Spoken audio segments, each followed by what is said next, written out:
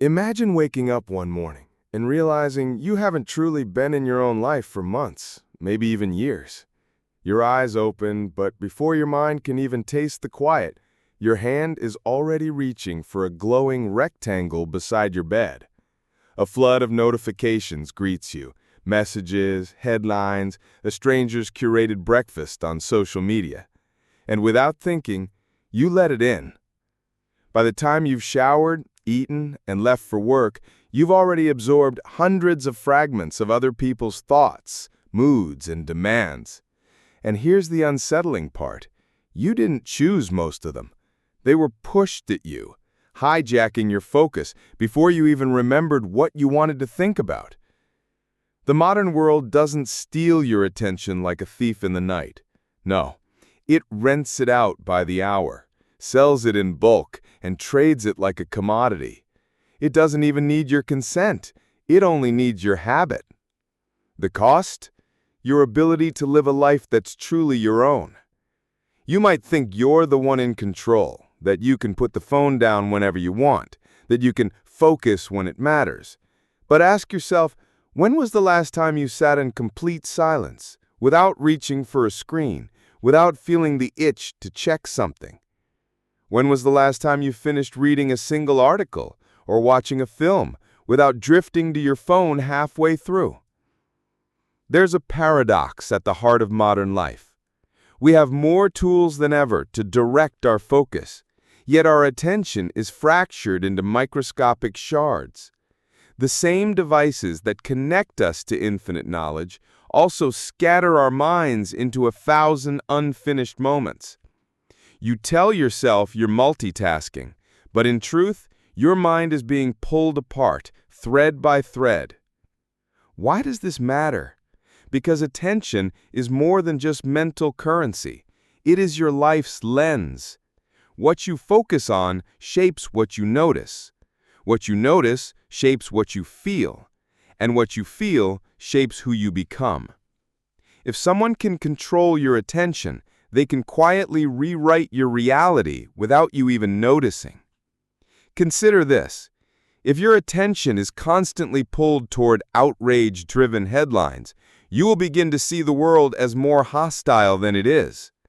If it's drawn endlessly to curated lives on Instagram, you may start to feel your own life is inadequate.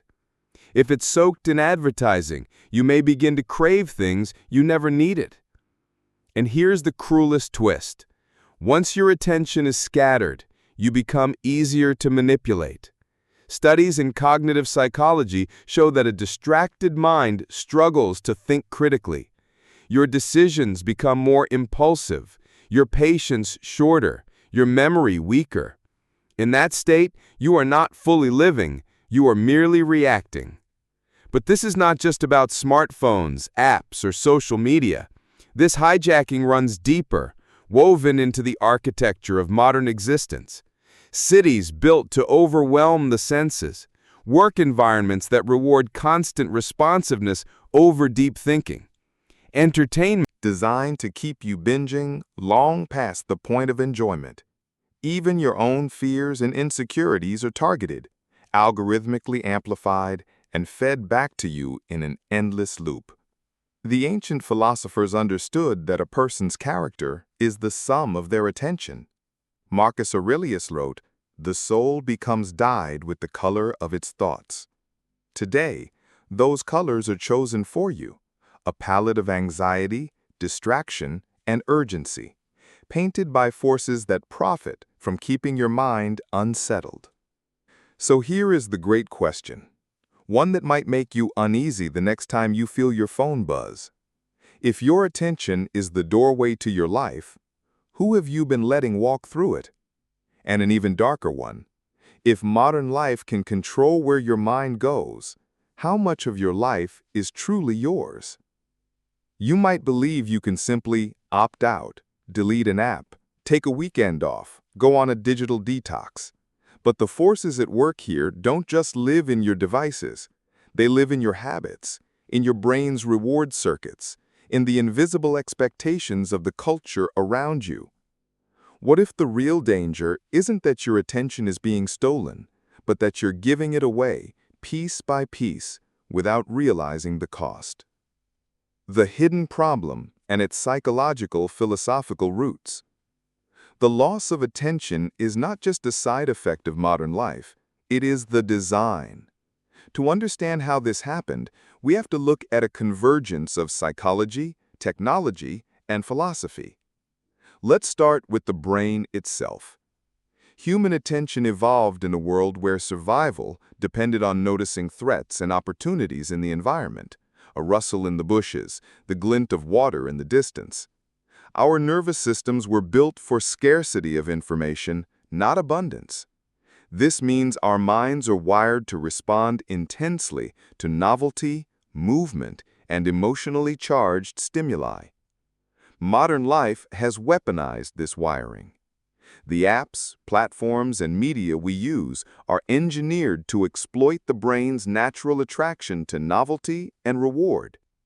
Neuroscientists have shown that every notification, every like, every unpredictable news headline triggers a small release of dopamine, the neurotransmitter that fuels both motivation and addiction. This is not accidental, it's business. The economist Herbert Simon once said, "A wealth of information creates a poverty of attention." In the attention economy, your focus is the product, and the competition for it is ruthless. Tech companies hire behavioral psychologists, Neuroscientists, and game designers to keep you hooked.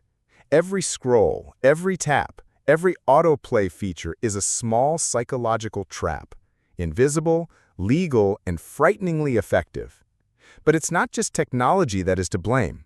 Culture plays its part. Our modern value system equates busyness with importance, constant availability with dedication, and instant responsiveness with competence. We wear distraction like a badge of honor. In this climate, deep, undivided attention is not just rare, it's almost rebellious. Philosophers have been warning us about this for centuries. Soren Kierkegaard wrote about the age of reflection, a time when constant stimulation would lead to a kind of spiritual paralysis, people forever reacting, never truly acting. Nietzsche lamented the herd mind, where individuals are swept along by the noise of the masses, unable to hear their own inner voice. Today, those warnings have crystallized into our lived reality. We are so bombarded by stimuli that silence feels uncomfortable, even threatening. Jean-Paul Sartre described this as bad faith, distracting ourselves from the responsibility of shaping our own lives by filling our days with noise and busyness. And here's where the problem cuts deeper. The hijacking of attention doesn't just affect what you see, it reshapes who you are. Psychologists call this attentional capture, when an external stimulus takes hold of your focus, altering your emotional state and thought patterns.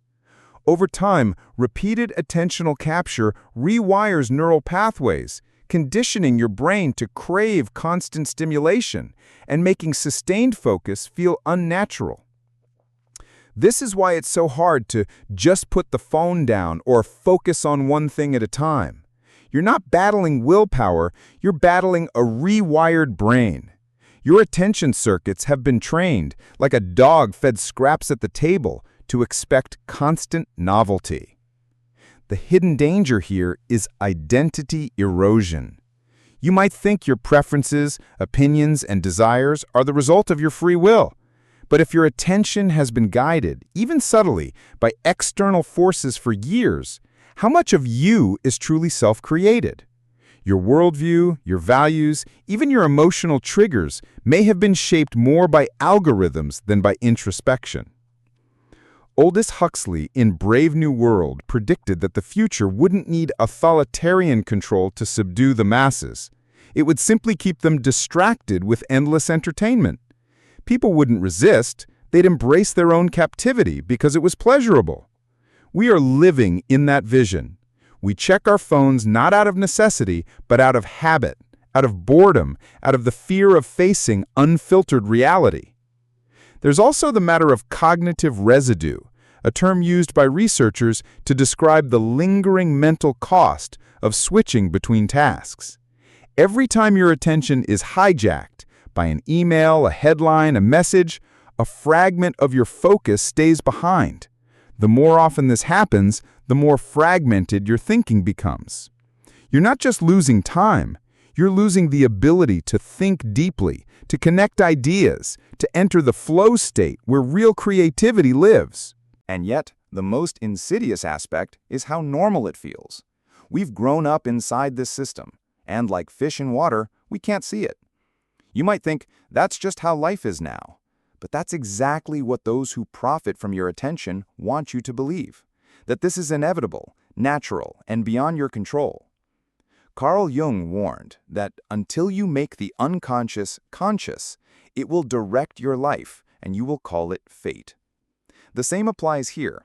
Until you make the hidden mechanics of attention hijacking visible, you will call it modern life, and keep living inside it without question. So the real question becomes, if the way you spend your attention shapes the person you become, who is deciding the person you will be? You or the system that profits from your distraction? The unseen consequences. When your attention is constantly hijacked, the damage is not always immediate or obvious. It's slow, almost imperceptible, like water wearing down stone. One day you wake up and realize that the quality of your life has changed, not through a single catastrophic event, but through thousands of tiny concessions. The first and most personal consequence is the death of deep work. Deep work, sustained, undistracted focus on a cognitively demanding task, is where real breakthroughs happen. It's where books are written, businesses are built, skills are mastered. But in an age of perpetual interruption, deep work becomes almost mythical. The moment you begin to focus, something pings, vibrates, or pops up, pulling you out of your mental flow. Neuroscience explains why this is so devastating. Every time you shift attention, your brain must reload the context of the task you were working on. This costs mental energy and time, sometimes up to 20 minutes before you're fully back in the zone. Multiply that by dozens of interruptions per day, and it's no wonder you feel busy but accomplish so little of substance. The second consequence is shallow thinking. When attention is fragmented, your thoughts can't sink below the surface. You skim articles instead of reading them. You respond to headlines instead of understanding issues. You rely on bullet points instead of grappling with complexity. The world becomes a stream of stimuli to react to, rather than a puzzle to contemplate. Over time, this erodes critical thinking skills, the very skills needed to question the forces hijacking your mind. Then comes emotional volatility. When your attention is constantly pulled toward emotionally charged content, outrage-driven news, envy-inducing social media posts, fear-based marketing, your emotional baseline shifts. You might find yourself feeling anxious for no clear reason, irritable without cause, or restless even in moments of peace. Your nervous system adapts to a constant state of low-grade alert, mistaking digital stimuli for threats. If the quality of your life depends on the quality of your attention, what happens when your attention is no longer yours? The rebellion. How to break free. If your attention is the currency of your life, then reclaiming it is nothing less than an act of revolution. And like any revolution, it starts not with grand gestures, but with a shift in consciousness. The realization that you are, in fact, under occupation. The forces pulling at your focus are not random. They are deliberate, which means your resistance must be deliberate too. The first step in any rebellion is awareness. You cannot fight what you cannot see. Begin to notice, really notice, when and how your attention is stolen. Is it the moment you wake up and check your phone before speaking to anyone? Is it during the afternoon slump when you reach for just a quick scroll? Is it when a notification lights up your screen, even though you weren't expecting anything important? At first, this awareness feels small, even trivial, but it is the seed from which all change grows. Once you see the pattern, you can begin to break it. The second step is designing friction into the pathways that lead to distraction. The digital world thrives on frictionless design. One tap, one swipe, one click.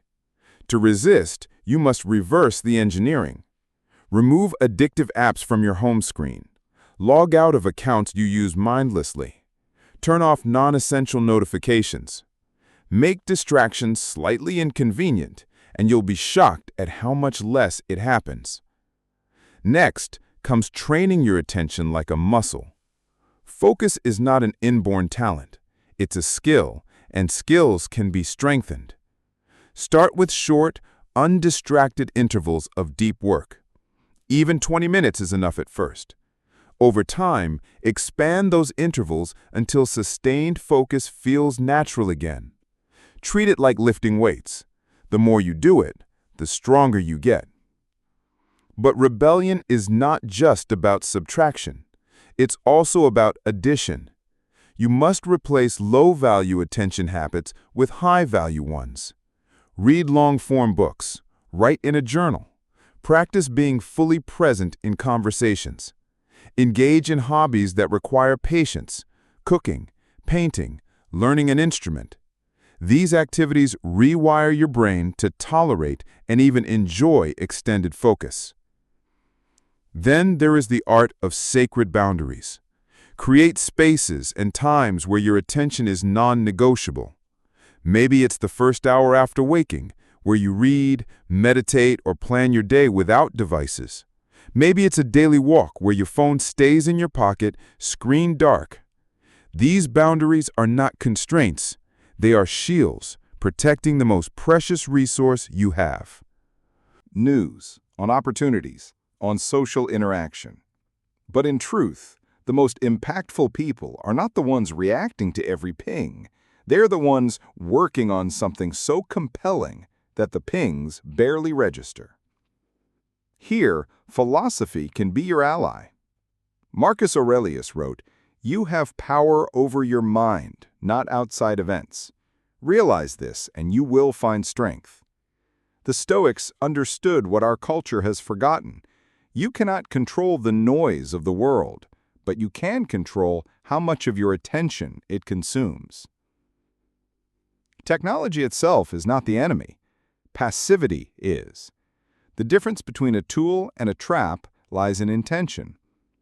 When you decide exactly why you're using a device before you pick it up, you reclaim agency. When you close it the moment your purpose is complete, you reinforce that your attention serves you, not the other way around. You may wonder, but won't I miss out? Yes, and that's the point. Every yes you give to one thing is a no to countless others. The only question is whether your yes is conscious or coerced. A true rebellion also requires community. Attention is contagious. If everyone around you is checking their phone, you'll feel the pull. Surround yourself with people who value depth over speed, presence over reaction. Share books, conversations, and ideas with them. Create pockets of reality where sustained focus is not just possible, but celebrated. Finally, understand that reclaiming your attention is not a one-time act, but a lifelong practice. The forces trying to hijack it are relentless and evolving, but so can you be. Every time you choose to give your full presence to the moment, to a task, a person, a thought, you are quietly defying an entire economy built on distraction. This is the essence of the rebellion: to remember that your attention is your life, to choose deliberately and daily where it goes, to starve the forces that would consume it, and to feed the moments that make it worth living. Because in the end, breaking free is not about retreating from the modern world. It's about learning to stand in the middle of it all, noise, chaos, and all, with your focus unshaken. And once you can do that, you unlock something even more powerful than control of your attention. You unlock the ability to direct your entire existence toward what truly matters.